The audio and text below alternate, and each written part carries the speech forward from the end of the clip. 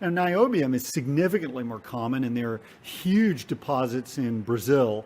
And niobium turns out to be very, very useful in making high-performance steels. But niobium's also got a big role in electronics, I believe.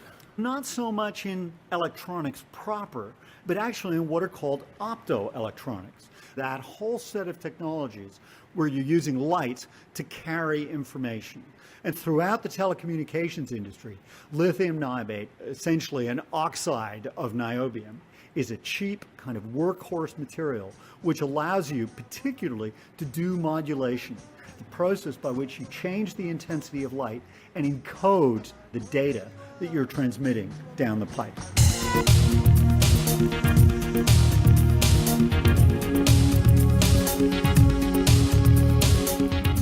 Start out with the strengthening our world, and that seems to be particularly fitting for the elements that we'll be producing at NioCorp. It consists of niobium as our foundational product, but we also have scandium trioxide.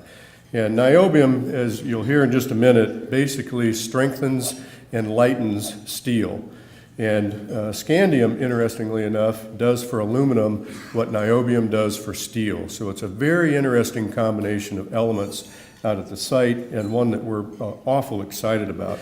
Simply put, for niobium, if you don't live in Brazil or Canada, it by definition is a critical and strategic element in the country you live in.